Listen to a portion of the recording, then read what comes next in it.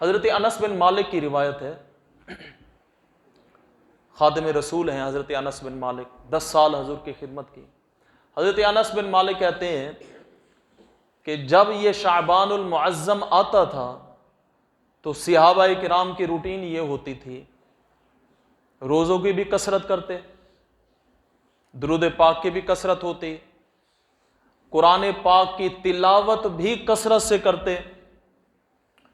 اور اگر کسی سے کوئی صحابی تاجر ہے، کسی کو قرضہ دینا ہے تو قرضہ ادا کر دیتے، قرضہ لینا ہے تو قرضہ شعبان میں ہی لے لیتے تھے، دنیاوی جتنے معاملات ہوتے تھے وہ شعبان المعظم میں نپٹا لیتے تھے۔ اور جو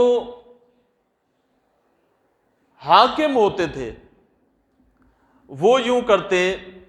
کہ جو قید میں لوگ ہیں ان کی جو شرعی حد بنتی ہے وہ حد لگا دیتے، وہ سزا جو ہے وہ سزا سنا دیتے، اور جہاں تک رعایت ممکن ہوتی تھی کہ اس کو رعایت دے سکتے ہیں تو وہ اس کی سزا میں اتنی رعایت دے کے اس کو آزاد کر دیتے تھے۔ یہ دنیاوی معاملات تھے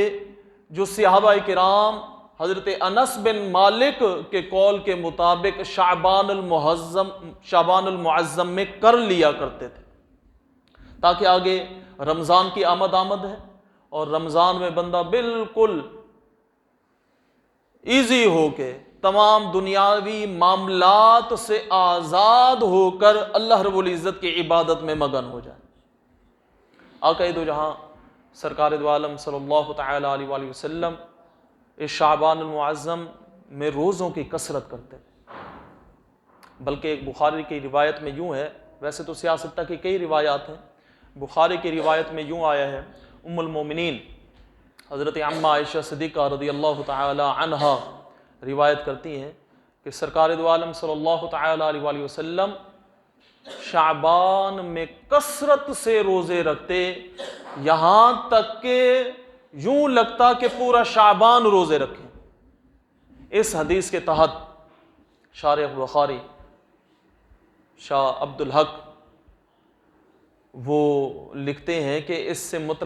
مطلب یہ ہے تغلیباً للاکثر حکم الکل کے تحت، کہ کوئی کام اگر کثرت سے کیا جائے، مثلا رات کو ہم نے عبادت کی، کثرت سے کی ہے، تو ہم کہہ دیتے ہیں ساری رات عبادت کی، حالانکہ اس رات میں بندہ جو ہے کھانا بھی کھاتا ہے، کوئی اور کام ہوتا ہوگا وہ بھی کر لیتا ہوگا، رفع حاجت کے لیے شاید جاتا ہو، کوئی اور بھی دنیاوی کام کر لیتا ہے، لیکن ہم کہہ دیتے ہیں کہ ساری رات عبادت کی، حالانکہ وہ ساری رات عبادت نہیں کرتا، اس میں کچھ نہ کچھ حصہ وہ دنیاوی معاملات میں بھی گزارتا ہے۔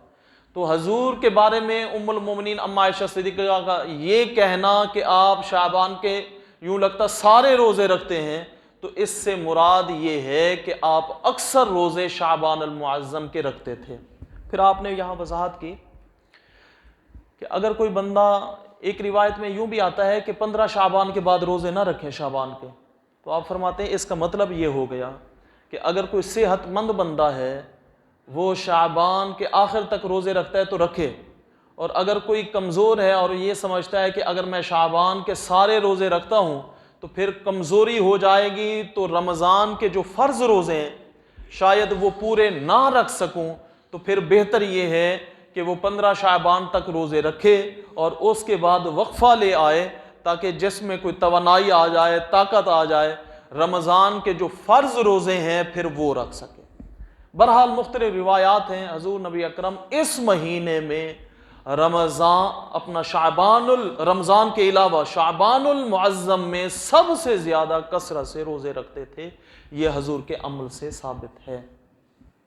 حضور نبی اکرم کی بارگاہ میں جب پوچھا گیا آپ اتنی کثرت سے روزے کیوں رکھتے ہیں، تو آپ نے فرمایا کیونکہ اس شعبان المعظم کے مہینے میں ایک رات آتی ہے نصف شعبان کی، شعبان کی 15ویں رات، جس کو ہم کہتے ہیں شب بارات،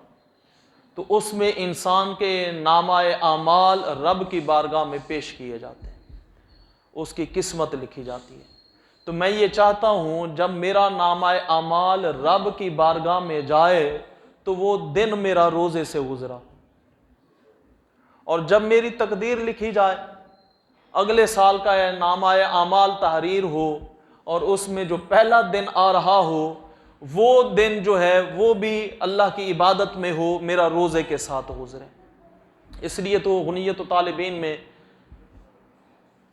شیخ عبد القادر جیلانی لکھتے ہیں کہ کتنے ایسے لوگ ہوتے ہیں جو بازاروں میں گھوم رہے ہوتے ہیں اس رات، حالانکہ ان کے کفن تقدیر میں تیار ہو چکے ہوتے ہیں اس رات کی